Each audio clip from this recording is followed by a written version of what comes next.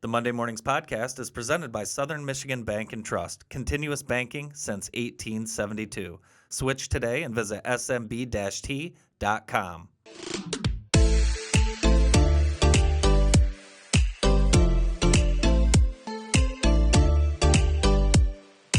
Welcome inside the next Monday Mornings podcast. I'm Andy Hawley alongside my co-host Jennifer Scanlon, and today we are very excited for more than one reason, for many reasons, but our guest is Emily Moorhead, who is the president at Henry Ford Jackson Hospital and Central Market. Emily, how are you? I'm doing well. Thank you, Andy. Thank you, Jennifer, for having me. Happy Monday. Yes, happy Monday indeed. So Mondays are hard. They are, right? They are. Yeah, today was particularly hard. The weather's changing, and, you kind of want to revert inside.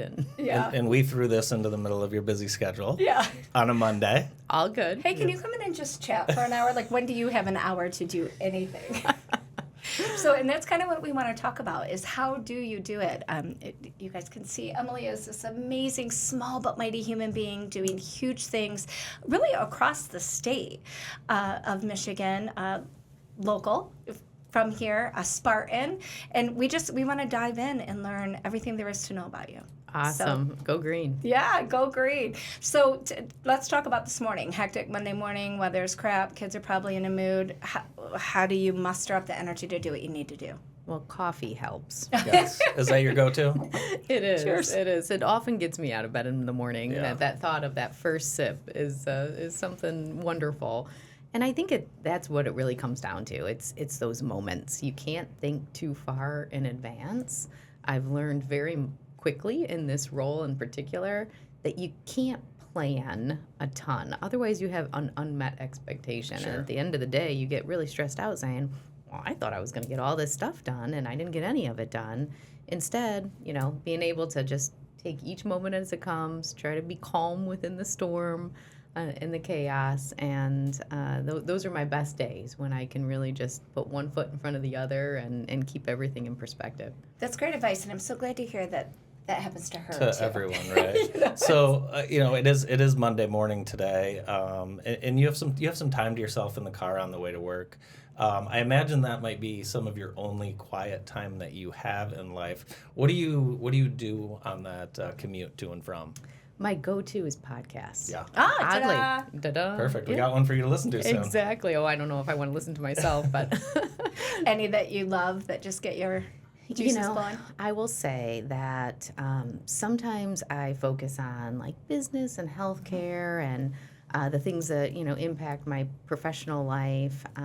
However, the things that really are interesting to me on a personal level are things like biohacking and wellness and longevity. Mm-hmm. So I consider myself an amateur biohacker at this point. Wow. Because I've listened to so many podcasts. So and- longevity. Do you want to live to about 120 then? Oh, that would be wonderful. Really? Yeah, as long as I'm healthy. Okay. Yeah, I actually have a grandmother.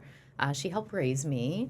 My yaya, I'm Greek by background, and my yaya is going to be 100 years old this That's December. amazing. She lives by herself at Wow. home. Oh, serious? Yes, That's still amazing. independently living, and it's a blessing. I mean, it's a lot for the family to help her. Yeah. But I've got the genes, I guess I Yeah. figure. But Let's talk about that matriarch and the role that she played and who you are, the 100 years of wisdom she still has to share.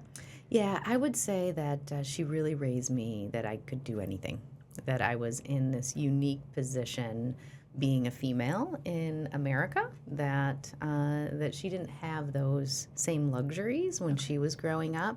She actually told me a story early in my childhood, and it always stuck with me, that when she came to this country, she got a job as a secretary, and she had to hide the fact that she had children.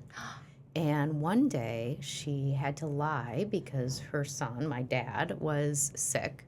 And so she lied and said that she couldn't come into work because she had to watch him, right? But the boss called, and my father answered the phone. And the very next day she was fired. No. And she was never able to find another job. Oh my goodness. Amazing. So she, obviously, different times. What does she think of you and your huge job you have? She just must be so proud. I don't think she fully understands right. what I do, actually. Yeah. She has a caregiver that comes in, and the caregiver's daughter is trying to get a job in healthcare administration. And so she called me up and said, hey, Fatima's daughter is looking for a job.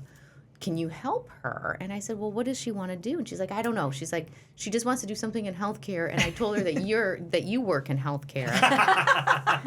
And I said, okay. And I said, so I talked to this young, budding young careerist, and it was so funny because she said, oh my goodness, I had no idea that I would be talking to somebody at this level of an organization. That's hilarious. But of course, Emily makes the call. Right, of course. I mean, that's just the type of person that she is. So what led you to healthcare? Do you remember? Was it a certain thing in school, or? No, actually, I mean, talk about a very winding career path that I've had. I'm actually a chemist by degree. I graduated with a chemistry degree from Michigan State. Wow. And I always just considered myself a scientist, that I'd probably end up going back to school and getting my PhD and being in a lab somewhere, maybe being a professor. And right after school, I got hired by General Electric. Okay. And they hired me into one of their leadership programs, which was just, I mean, looking back, I had no idea the opportunity that was being, thrown into my lap, essentially. Yeah. So I got to see all kinds of different GE businesses, and I ended up in power and water, where I was a water chemist for almost the first decade of my career. Wow. And then I wanted to move home. My grandmother that I was speaking of, she had a stroke, and it was one of those wake-up calls. I was living in Minnesota at the time, that I needed to be home and closer to my family. And I called General Electric's HR department, said, hey, it's time for me to move home. And they said, well, we have only a job in healthcare. Do you want to do it? Do you want to be a consultant? We're trying to do consulting in healthcare. And as long as you're close to an airport, you can live wherever you want. Wow. And so that's how I ended up in healthcare. And then I ended up being hired by one of my clients on a sales call. Actually, I was trying to convince him to buy some consulting services from me. And he said, no, I'd rather have you just come work for me as my chief of staff. And that's what got me onto the provider side. Wow, that's an amazing story. That is because awesome. Did you ever think about healthcare before that talk to HR? No. Wow. No, I hadn't. And, it's not ever been one of those things. Like, I have colleagues that, this has always been their path, and they wanted to do a healthcare administration background and education. Their dream was to be a president, and that was just never my path. I think that, again, back to one step in front of the other, as long as I'm providing value, as long as I'm feeling fulfilled, I really don't think too far into the future. I really am thinking more around, how can I provide the best value, and how can I make sure that I'm focusing on my energy and doing things that fulfill me. And that's really what gets me out of bed on Monday mornings, if you will, is the team, and knowing that what we're doing here each and every day really makes a difference. Andy and I are always talking about what nuggets can we extract from these very valuable interviews that we have, and share it with our viewers. And I think that's so important what you just said. This wasn't your path, but as opportunities came up and you found a way to serve, you did it. College kids today, I think they feel like they have to have everything figured out. What advice would you give to somebody that is, either thinking about college or they're in college and they just have no idea what's going to come next? Oh gosh, that's a loaded question, because before we started, right, I was talking about my teenager. Yes. I have a 15-year-old son, and I just see so much pressure on these teenagers to know what they want to do, and really make sure that they're getting the best grades and packing their schedules. And I think that we need to make sure that we're giving ourselves time to grow and to process. And sometimes that overscheduling it creates that sympathetic nervous system action of fight or flight. And we got to breathe, and we got to realize that there's so much innovation and creativity in being calm and that sometimes if you just kind of slow down to speed up, you see that you can speed up. Back to, more of the exact question that you asked on what advice I have for young folks that are really thinking about their careers is to not be so prescriptive. I mean, to have an idea of what motivates you, what comes easy to you. I changed my major probably 4 or 5 times in college. Did you really? What was the original? This is so funny. So it was biochem, and then I went into dietetics. Okay. Then I went into food science. Then I went into interior design. Oh, boy. Stop. No, and then when I called my parents to tell them I found it, they said, "Where are you going to go now?" And I said, "Chemistry." And they started laughing, and they said, "Isn't that where you started?" Yes, it came around full circle. It did, but I needed that time to process in order to figure out what comes easy to me, what am I passionate about, how does my brain work, what kind of learner I am. And that's what I say to my kids all the time. If you can graduate high school with just knowing how do you learn and some general direction of what interests you have, Yeah. your career will expand from there. And you don't need to get so picky about, I must do this, otherwise I fail. Right. Yeah, I think we need some more flexibility. Yeah. What was your time at Michigan State like? So much fun. Yeah. Yeah, it was a great time. And what I say by that is, especially with the leaves changing, oh my gosh, my drive here today, it was raining and there was the most beautiful rainbow. Aw. And then the rainbow and then the backdrop of all the leaves changing. I was really transported back to Michigan State. I loved that campus. It was really where I learned how to love walking. I didn't really have a choice in the matter. Yeah, it was such a large campus, but I loved walking everywhere in all seasons. But it was a lot of fun, that independence, but still being close enough to home that you could lean on your parents and your loved ones if you needed them. So, any big... I have to ask, because it's Sparty School. Did you let loose? I mean, it sounds like... Yeah, what was your favorite bar? Yeah. I celebrated my Thank you. 21st Thank you. birthday in East Lansing. So I didn't did go I. there. Did you? Yeah. My wife was a student at the time and went to... Do you remember the Dollar? I do. Okay. Yes. So I was at the Dollar. Oh. Yes. You didn't have 21 shots, I hope. Oh, no. good. No. Have you ever been to the Dollar? I don't know the Dollar. You would have liked it. Ugh. But yeah, there's plenty of places too. The Land Shark. Yeah. Oh, was- yes. Yeah. They had good DJs Yeah. at the Land Shark for dancing. I would have to say probably my go-to bar was Paul Revere's, Okay. which was a little bit more east Yeah. of campus. It happened to be I was at a health food store. I was the manager of a health food store throughout all of college, and so that was the bar that was closest. So after work, me and my coworkers would sometimes go up there for. They had 1 cent beers. What? Stop. No, and it was like those big, 32-ounce beers Oh my gosh. for Oh. 1 cent. Oh, when you're a college student, that's perfect. Or if you're not a college student, Yeah. that's right. still great. I wonder if Paul Revere's is still there. I think No, remember it that bar. closed. Oh, it did? Yeah, and my dad went to Michigan State, and so he was so impressed. I remember him coming up one time, and I said, "Why don't we go to Paul Revere's for a beer?" And he was like, "That was my bar That's when I cool. went to." Yeah. Oh, That's is cool. hilarious. Southern Michigan Bank and Trust provides the perfect mix of banking technology and local customer service. Learn more today and visit smb-t.com. Well, What field was your dad in? So he's an engineer. Okay. Well, let's fast forward to kind of your current role, and before we talk about the role in general, with such a big job, how do you balance? Like you said, you have kids right in the middle of the formative years. There's something every single night. There's whether it's a sporting event, right? How do you balance that? I would have to say it's the old adage that it takes a village. I don't do it all alone. I'm very fortunate and blessed to have a very supportive husband.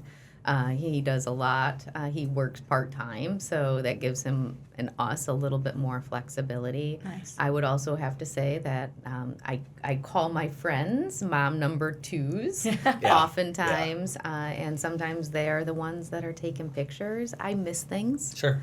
And some days it's like, I talk to my kids about why I missed it. And, what we're choosing to do as a family unit, and that means everybody has to make sacrifices. I think my kids are very understanding of that, but, the mom guilt is real. Do they know mom has a really, really, really big job? I think that they see me being busy and they understand what the role is that I have. I don't think they really truly understand all the competing priorities a lot. Yeah. My daughter loves to come to work with me during the summertime.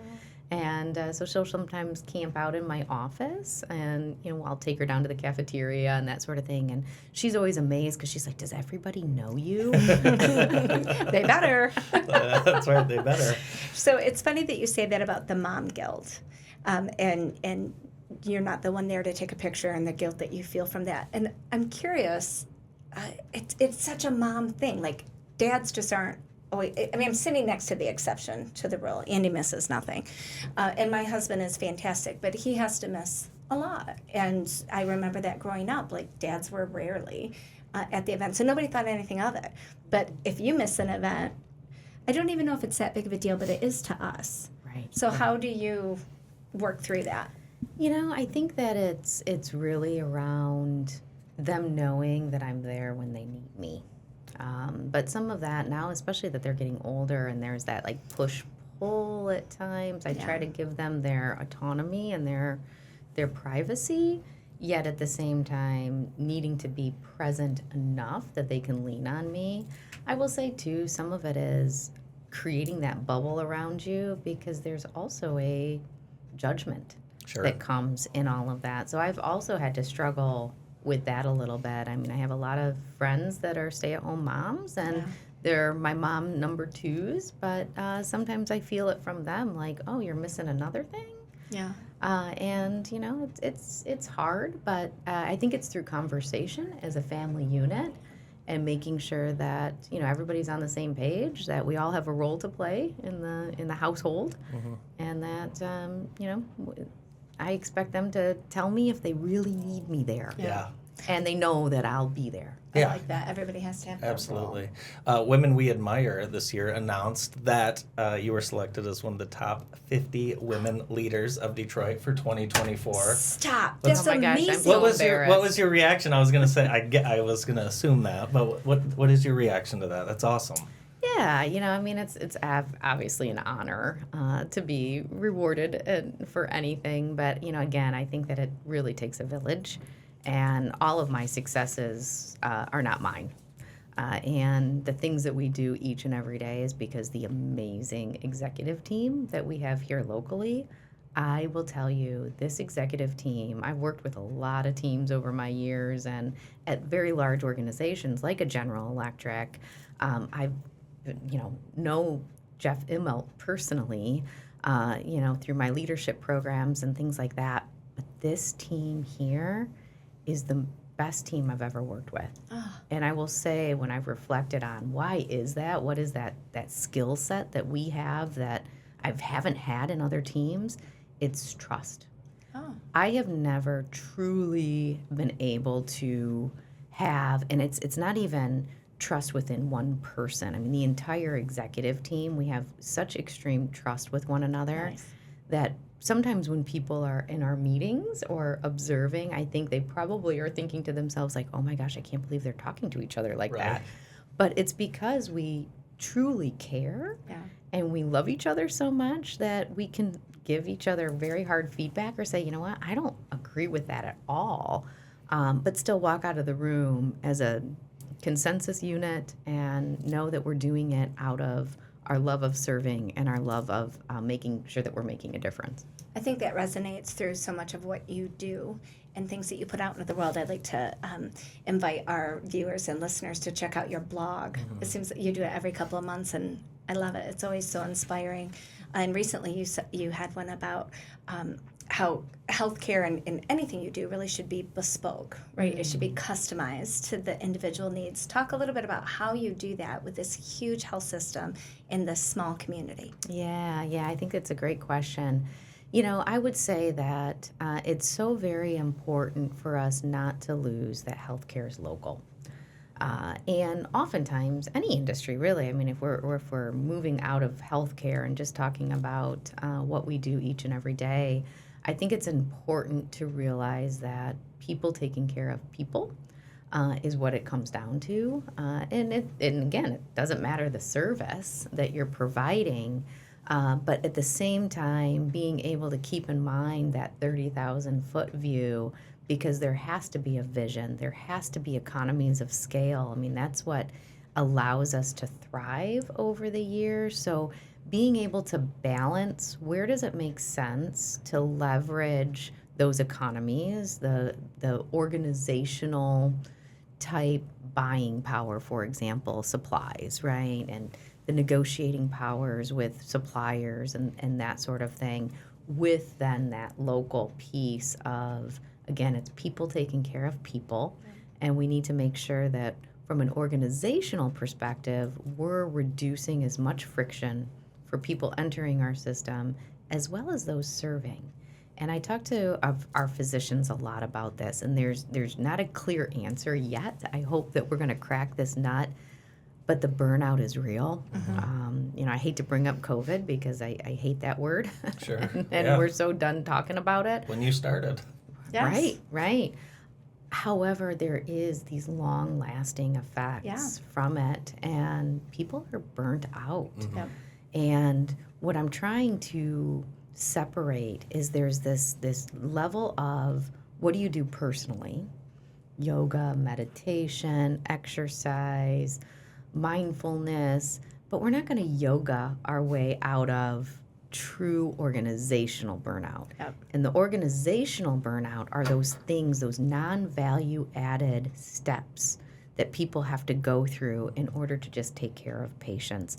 The EMR is a huge one. The documentation that we have to do, the regulatory requirements that healthcare has to abide by is a lot. And a lot of that sometimes falls on the frontline staff. Yeah. And we got to take that off them to give them more patient-to-patient, staff-to-staff time, and then figure out how to take it all off, and whether that's AI or back office functions, in order to, again, reduce that friction that people are feeling at the frontline level. Yeah, you mentioned workforce or mentioned working locally, and I know you have a partnership with Jackson College, and they have a wonderful nursing program. When you talk about building workforce, how important are relationships with institutions like Jackson College? Oh, it's vital. They and Spring Arbor University have been a wonderful, wonderful partner.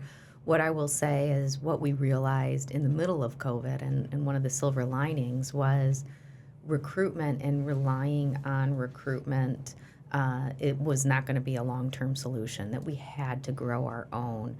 So these partnerships, in order to make sure that the programs, it's really a win-win, right? Because we came to Jackson College saying, we have this huge gap of surgical techs. And Dan Phelan, I'm so grateful for his leadership. He's the chair of our local board at Henry Ford Health. He also sits on our system board. He was like, well, let's just create a program then. And same thing with Spring Arbor. It's a synergistic relationship, because then we can get the clinicals done here locally. People don't have to travel as far. They get a sense for our culture and what we're trying to do each and every day, that it does create that retention. And then, the halo effect of that is the economic development of Jackson, which is also something that is extremely important to us as a healthcare organization, because we all know that you can't have a thriving community without a good healthcare system. Right. And I also believe that it's part of my role to spill the healthcare system out into the community in order to create that economic viability. Yeah. It goes both ways. You talked about some of those gaps. What are some other areas within healthcare that you're seeing big gaps? Thinking about viewers that might be listening that need that sense of direction, like where do we need you most? Yeah, great question. Definitely nursing. Okay. Nursing is a huge, huge gap for us. I would say providers, always a gap, especially some of those specialized I was providers. going to say specialty providers. I mean, let's talk a little bit about how long it takes to get in to see an ENT doctor. Or what about a family doctor too? Even A at family this doctor, point, a right? We dermatologist. definitely have room for more. Oh my goodness, do we ever? And I'm so glad you brought up dermatology. For the last 3 years, Yes. we have been looking under every single rock and trying desperately to recruit dermatologists, Yes. and it's extremely, extremely difficult. Family med, less so. I will say that we've been, and some of that's leadership. We have a wonderful primary health medical director who has just been, boots on the ground, really doing a great job of recruiting. Awesome. ENT has been a huge success with the Henry Ford Medical Group. So again, back to where there's some organizational benefit for being part of a large system like Henry Ford. We now have 4 ENT providers, which is the first time we've ever had that many ENT providers serving this market, and it's very much needed. So we have these pockets of success that we just need to build on. In order to be able to fill some of those clinical gaps. And you're constantly working on that. I mean, that's day in and day out. Oh, yeah, yeah. And, the retention side, too. Sure. We don't want to lose providers either. And I think what's really nice, and it's the secret sauce, is our culture. And that was in my latest blog as well, is that culture that we're trying to build. Because people sometimes don't realize how great of an organization they're at, because they've grown up here, or that this has been their hospital or their health system that they've always worked for. I was talking with a nurse not too long ago, and he said that he was a contingent here and was also a contingent at a couple other hospitals as well in the area. And he said that he recently went full-time, and when I was asking him, well, why did you decide to go full-time? He said, oh my goodness, he's like, this place, we are so supportive of one another, and this place is just absolutely wonderful. He said, there's always going to be room for improvement, and things that pebbles in the shoe, if you will, that bug you during the day, but at the end of the day, this place is the best place I've ever worked. What's your leadership style? I would say very inclusive, empathetic, definitely a servant leader. It's not about me. It's about everybody else. And my role as a leader, I don't really do anything, right? I have to get things done through other people. So I see my role as removing barriers, making things easy, giving people a vision, being that calm within that chaos, if you will, and making sure that people can be the very best that they can be. And then I get out of the way and empower them to get their jobs done. Do you ever feel intimidated because you're working with so many doctors and experts in their field, or is it when your communication, is it just not even related to that? It's more business sides of things. I would say that as I've gotten older in my career, and I used to think I had to have all the answers. And I think that that's where the intimidation would come in, right? As, oh my gosh, I'm like sitting across from somebody that knows so much more about this topic than I do, and I have to pretend that I know. I let that go many years ago, and now I see my role as being able to ask questions. Sure. So I say oftentimes, help me understand this. And sometimes people are just too close to it, and to have an outside view that doesn't know very much, that's okay. And so I would encourage people, don't be afraid to say, hold on, I'm not really understanding this, or help me understand, and ask a lot of questions so that you can learn. You don't have to fake it till you make it. Just be open of the things that you don't know, so that we can move forward. And I say that to our staff members all the time. A lot of times we end up in healthcare promoting people because they're really good at their job. Yep. And then we set them up for failure because then we hold them to a whole different set of expectations that we've never trained them on. Yep. So how can you take a nurse manager, hold her accountable for him or her for a budget, and we've never really taught them what the budget actually is or what goes into it, or we hold them to labor productivity, but they don't even know how the math is done. And we have to create space to say, hold on, help me understand this. in order to set people up for success. You're such a beautiful leader, and you lead by example. I admire you, and I want to know, what do you do to just unplug or relax? I'm a big exerciser. Yeah. That's really, really important to me. And my family knows, my team knows, my assistant knows. Don't mess with my exercise time. I really need to get some, I love Bikram yoga. I love to, take the dog for a walk and just unplug. So I think really balancing healthy eating with a healthy lifestyle and a very active lifestyle keeps me, again, focusing on energy more so than managing time. I try to focus more on managing my energy. You started off talking about biohacking and that you're kind of a connoisseur of that. Any tips you want to share? Oh, goodness. Biohacking and individuality is so very important. It comes back to that bespoke, right? And that, you have to figure out what works for you. Definitely. So I've done a lot of experimentation with exercise, with supplementation, with the things that I eat. And that's what I always try to instill in my kids, too, is pay attention to the things that make you feel good. Mm-hmm. At a very young age, I realized that the bowl of strawberries made me feel a lot better than the plate of cookies. I was going to ask, were you always, were you a young athlete? Were you always watching what you ate, or is this a later in life passion? No, I would say that I was pretty, my grandmother, that Mediterranean influence, we were always a very healthy eating family, if you will. I will say that I fell off that wagon in college a bit. It's easy to do. Yeah. It's easy to do. But then, realizing that, hey, there's something off, and realizing that, eating healthy and specifically, I'm more plant-based than anything, and those vegetables just, they give me the energy that I need, more so than French fries, although I do like to splurge on French fries. I was going to ask you what your splurge is. I need to take that advice. I know, so right? bad. We both do. Yeah, so bad I do. What's the most rewarding aspect of your job?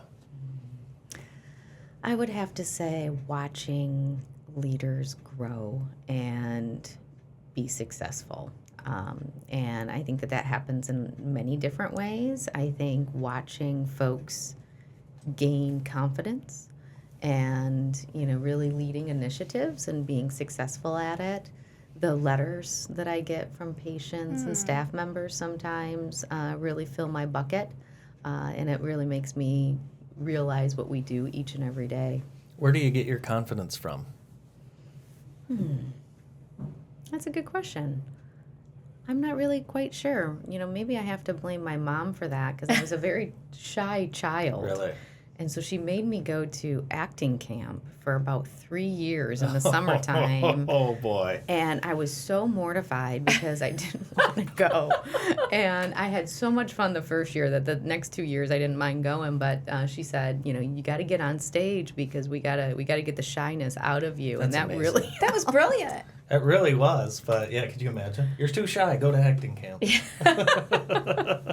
But look, she was, she did it. Yeah, and went back with excitement. And you probably still apply a lot of those practices today. Yeah, maybe. Yeah. I realize that you can't hide who you are. And when I think about myself at my best, I enjoy being goofy and lighthearted. And I think life's too short to be too serious, so we gotta keep it in perspective. What are the biggest challenges with running an organization that's so big? Is it staff? Is it services? Is it everything? Yes, everything. I would have to say probably staffing and the gaps that we have. It ends up weighing on the shoulders of the people that are here doing the work. So that weighs me down at times because I want to take that weight off of people's shoulders. I would also have to say that sometimes it's not always an easy path of balancing organizational priorities with local priorities and managing through change management, managing through how to balance those organizational priorities, the long-term vision with what's needed on the short-term basis is something that often requires a strategic mind and taking a step back. And, I've I think earlier in my career, I probably fought a lot in terms of, nope, this is the right thing to do, and, dug my heels in. And I learned as I've grown as a leader that it's actually better not to do that at all and to seek to understand and first and then figure out how do we go forward together, because as long as everybody's understanding where you're coming from, there's ways to say, you know what, I know that's important, but that's not the most important thing for us right now, and this is why. So can we phase it? And being able to be a little bit more collaborative and take off those boxing gloves has served me well. I want to ask you about risk taking in your career. Have you ever had a job that was taking a risk? And then what advice would you give to folks that have been thinking about making that career move, but are afraid of the risk? Oh, that's a great question. I will say the first thing that popped into my head, I worked for Trinity Health for just over 8 years. And I remember leaving for a job at the Detroit Medical Center. And people thought that I was crazy. You're going to leave this very stable job to go do something that was a new role at one of the local hospitals, and for-profit organization. They had just flipped owners not too long ago. There's lots of rumors about the Detroit Medical Center at the time, for sure. And would this really be something that I would be able to build a career on? I will say it wasn't even a thought, until people started putting the thought in my mind, Sure. right? Like, what are you doing? I'm like, oh, is this a bad Is this decision? wrong? Yeah, right. But I think it was really my heart of hearts that I was done serving at the corporate level, and I wanted to be closer to the patient. And I knew that I needed a job in urban community. It was close to my home at the time, and I was really able to then serve my own community, and that was really something that was driving me. So I never looked back, and it was a wonderful experience. And I would also say that was a risk as well, because when I chose not to serve any longer, it was because I wasn't agreeing with the direction that the organization was going. And I think that's a lot of times where I tell young leaders or, even staff members, not only do you need to know when it's the right role to go for, but also when to leave a job, when you're no longer really buying into what they're trying to do. Yeah. And you got to be honest with yourself and say, you know what, this isn't me any longer. And that's okay. I mean, my decision to leave General Electric too. I mean, there was, a slow progression towards, I'm not feeling energized in the morning when I wake up anymore, and that's okay. It doesn't make them wrong. It doesn't make me wrong. But it's time to go and try something else that jives me up and gives me the energy to face another day. Emily, I want to know if you would recommend a book or two for our viewers that either maybe something that would be fun and then something informational. Good question. Do you think she ever gets to read for fun? I mean, maybe audiobooks in the car. Oh my goodness! To only choose two is Give us very, as very many as you've difficult. got. Okay. Well, I will say I'll give you an author. So I think it's Charles Moore, but Charles Moore fiction. Really at the end of the day, I enjoy fiction in order to decompress, and I always have a book on the side table. I think, again, early in my career, I felt like I had to read all these business books, and I always had to be doing something intelligently stimulating. But then I realized, no, sometimes just reading for fun. And Charles Moore is absolutely hysterical. I mean, he has some hysterical books out there. So that would be my fun kind of go-to. And then I would say, in terms of more serious, the first one that popped into my head, which I'll mention, is Lean In. Okay. I read that many years ago, and it was a wake-up call that women supporting women and empowering women is so very important, and not something that I experienced in my career, unfortunately. Many of my female, and I'll use my air quotes, that I thought were my mentors were not my mentors at all. They ended up holding me back or utilizing me in order for their own gain. And I think that there was this mentality that there's only so many spots for women at the top, so we have to claw over each other and fight each other, as opposed to, no, let's all support one another. And I think that transcends even into males or non-binary. I mean, it's people taking care of people. Yep. And a big portion of my job now is really making sure that I'm successor planning, Okay. and making sure that I'm identifying young talent, mid-career talent, that really need just a little bit of talking and processing, not to embed any of my way of leadership or my wisdom onto them, but listening to see how can I help them be the leader that they need to be. And so I just find a lot of joy of really identifying those passionate people that really want to make a difference and helping them be the most empowered and strongest leaders that they can be. Who do you look up to? Oh, there's a lot of people. I think that Bob Riney, our CEO of Henry Ford Health, oh my goodness, what a success story. He started as a staff member in security. So Isn't that amazing? What? And he has worked at this organization for, I think it's over 44 years. Maybe it's 45 or 46 years now. So over 40 years at the same organization, starting off as a security officer and now as the CEO of the organization. And the most humble, easy to approach kind of guy, and just so passionate about what we do each and every day. I would say that he's definitely high on the list. And then, my grandmother still inspires me. She's going to be 100 years old this December. So really that matriarch of the family, and, giving me that foundation that, try and, shoot for the stars. And even if you fall, you're going to still be in the sky and still shining bright. So I think that we need to remember that we can't be afraid to fail. Southern Michigan Bank and Trust provides the perfect mix of banking technology and local customer service. Learn more today and visit smb-t.com. You ready for this question? I'm ready. What angers you? Oh, goodness. Sometimes my son grunting instead of talking to me.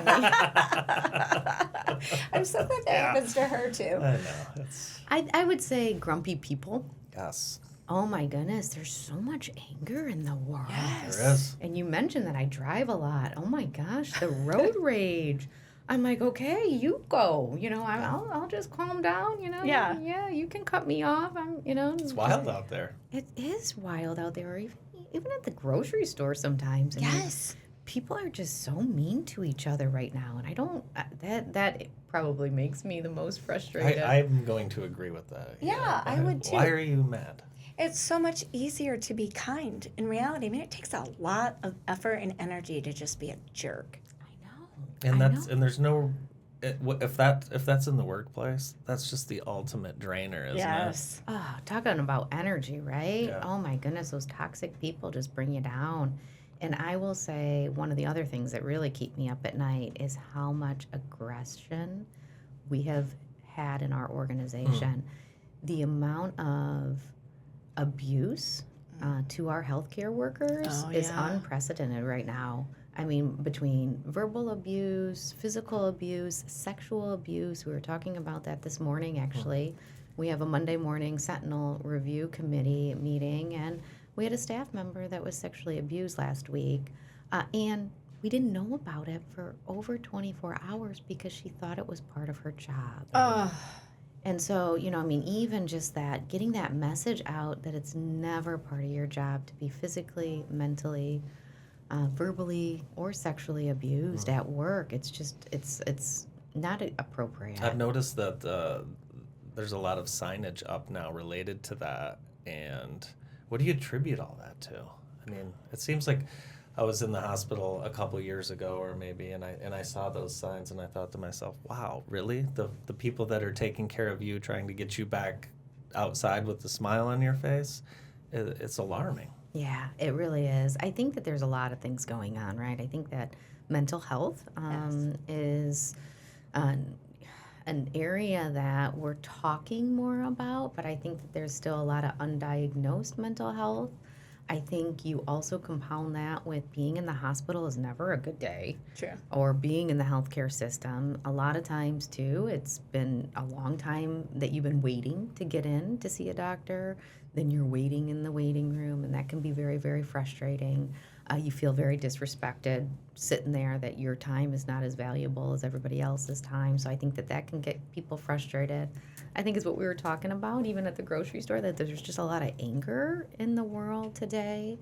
I also think that, I think that there's just, COVID really hit us hard. I was just going to say, do you feel like really there's been a do. shift since COVID? Absolutely. Absolutely. And I don't know if that's part of the isolation that people experienced or, I think that we're becoming less and less connected as a human race. And I think we need to get back to the basics that people need people. It's true. Community. And yes. And I mean, you see that with, going back to biohacking and those blue zones and those, people that are, the communities as a whole that are living well past 100 years old. Yeah. What are some of those secret sauces? And it's a lot of the community and people taking care of each other. Have you watched the Blue Zones documentary on Netflix? I have. Isn't it incredible? Oh my gosh, it's amazing. Well, look at her mom or your grandmother 100 years later, and it sounds like she kept those values as she came over here. So what do you think that she would share with our listeners on tips and tricks to be a healthy 100-year-old? I would have to say family definitely would be number one. Family and not stressing too much. So that connection is so important for your mental and physical health, to have the connection of friends and family. Absolutely. Yeah. Absolutely. I want to ask you about the $5 million endowment from the Glick Family Foundation. How big of an impact is that? I can't tell you. I mean, I get verklempt when I even think about that gift. That was the largest gift Henry Ford Jackson has ever received. Wow. And what's so transforming and transformative about that is it created an endowment. It's not just a $5 million gift. It created an endowment that is going to last forever. Wow. And if you put it into, obviously there's some flexibility year to year, but if you kind of do a back of the envelope, what this means is that every single year we can be able to provide full ride scholarships for people that want to have a career in healthcare. That's awesome. And every year what we'll do is we'll look at where do we have the biggest need in healthcare, and what will those 2 to 4 job codes be of things that we can support. And this is for not only young folks that are in high school right now, but also our own workforce. Wow. And either children that are, our employees, children of our employees, but also our employees themselves. And we've had a number of employees that are changing careers, and we're able now to let them graduate completely debt-free. Oh, that's incredible. What was your dream job when you were in high school? Oh, goodness. I would have to say I wanted to be a pediatrician. Okay. Oh, yeah. When I was in high school. Mm-hmm. Yeah. That seems like you have just such a beautiful bedside manner. I can see why you would be thinking about serving and nurturing and caring. And I love how you parlayed that through different industries, ended up still in healthcare and still serving. Yeah, isn't that interesting? Do you like healthcare? I love healthcare. It's really not a job, it's a calling. And it's a little bit easier. I've read a lot of business books and that sort of thing on, what are the secret sauces and how to motivate people. And, I think that if I had to distill it down, it would be, create meaning for your workers. That's so much easier in healthcare. Yeah. And I say that often is if we can just agree that it's about the patient, if we can just agree that we're all aligned on where we want to go and who we are in the community, then we'll figure everything else out. Everything else is just details and how to get there. I like that. Yeah, we're getting deeper and deeper into October, and the holidays are coming. And Henry Ford Jackson here locally has a beautiful tradition with the Lights of Love. And somebody shared with me recently how much your story meant to them in participating in that event. Can you tell us a little bit about what we can look forward to this year and what that event means to you? Oh, the Lights of Love. Oh my goodness. I will say that the hospice program that we have here in Jackson is unparalleled. And it was early in my tenure that the CEO at the time had said, listen, we're just losing a ton of money in this hospice program. I really need you. I was the operator at the time, the chief operating officer. I really need you to figure out how to make this sustainable. And so I sought to understand first, met with a lot of our providers, went out to our hospice home on Spring Arbor, and oh my goodness, what a gem in the community. Then I started to reach out to colleagues across the country and figure out, okay, how do other organizations thrive in hospice and thrive? That's really not a thing that kind of goes together, right? Because hospice is truly a mission-based service. You're never going to make money in hospice, and we don't want to make money in hospice, but we want to be able to be sustainable long enough that we can always have this service in the community. Lights of Love is a little bit different because Lights of Love actually honors those that we've lost. So it's a beautiful tradition at the hospital in December. We always do it in December. We were talking this year about could we pull it off, and we're going to pull it off in December because it's such a wonderful way too of opening up the holidays and initiating that holiday season. Because oftentimes when you lose someone, and it could be that year or many years ago, the holidays are usually a really hard time. Last year, I think the story that you're referring to, Jennifer, is my husband's stepmother passed away, and she was just, talk about, just a happy human being and very goofy lady. You couldn't help but just laugh when you were in her presence. And she was married to my father-in-law for 30 plus years, the only wife that I ever knew my father-in-law to have.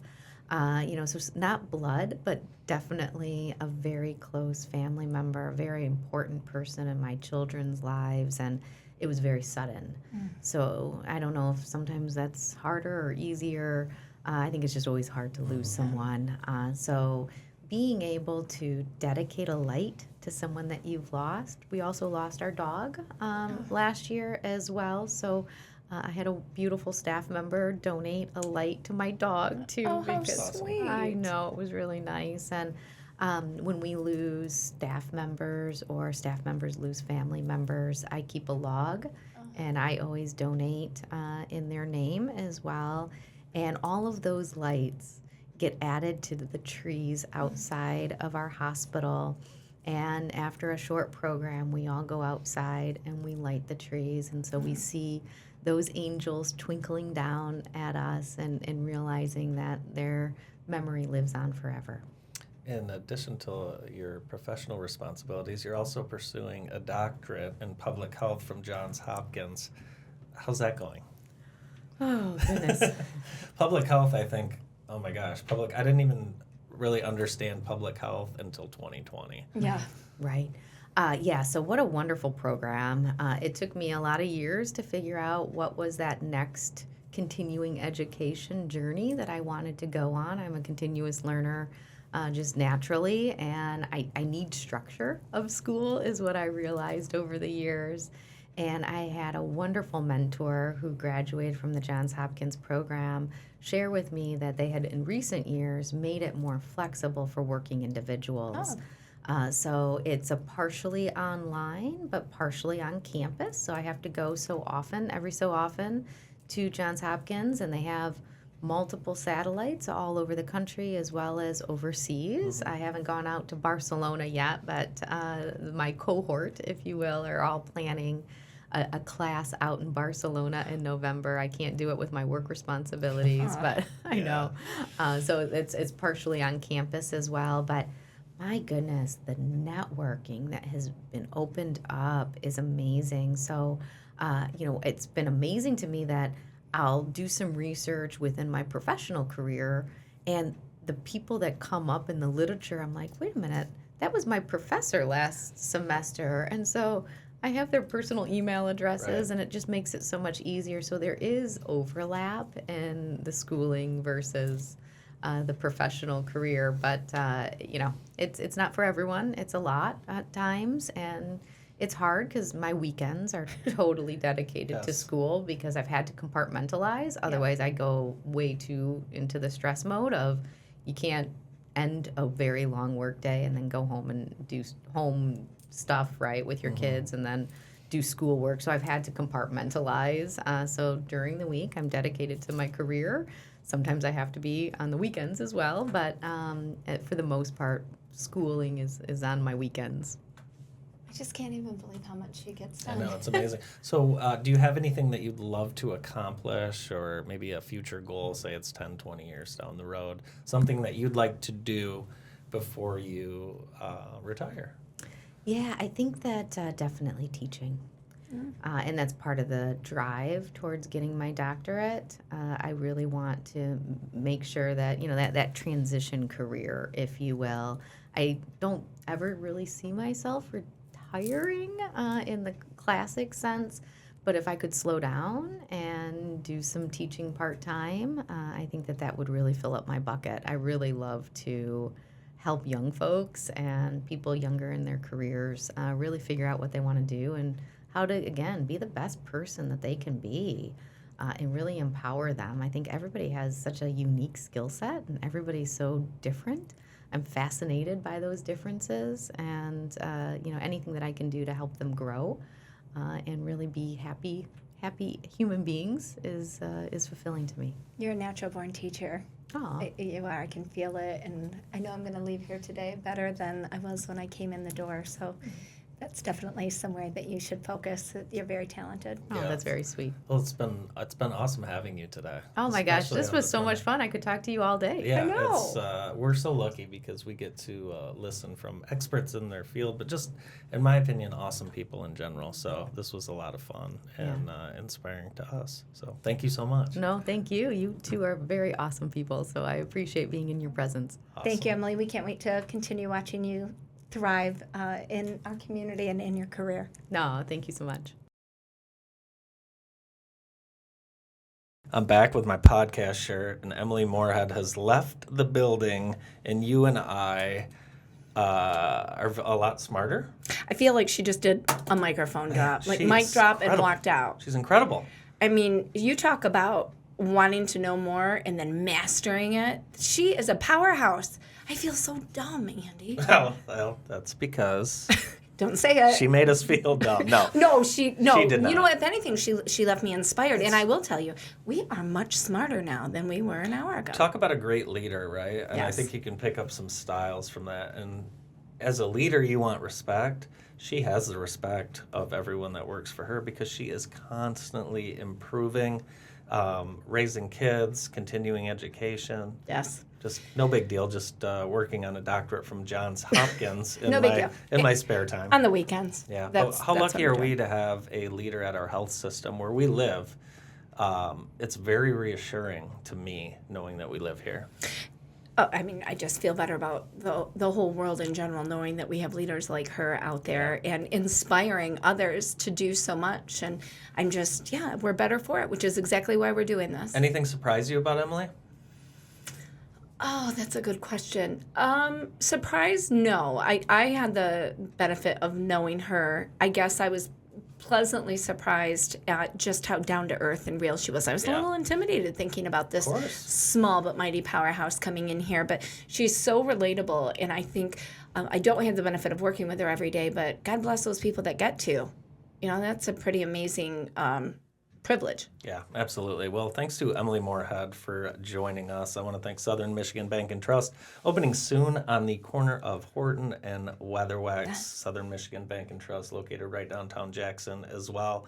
That's it for this month's episode. Yes. Stick with us next month again. I feel like it's our other show. Yeah, We got right. a lot to talk about. Stay with us. Follow us on YouTube, Facebook, and more. The Monday Mornings Podcast, presented by Southern Michigan Bank and Trust. Bye-bye.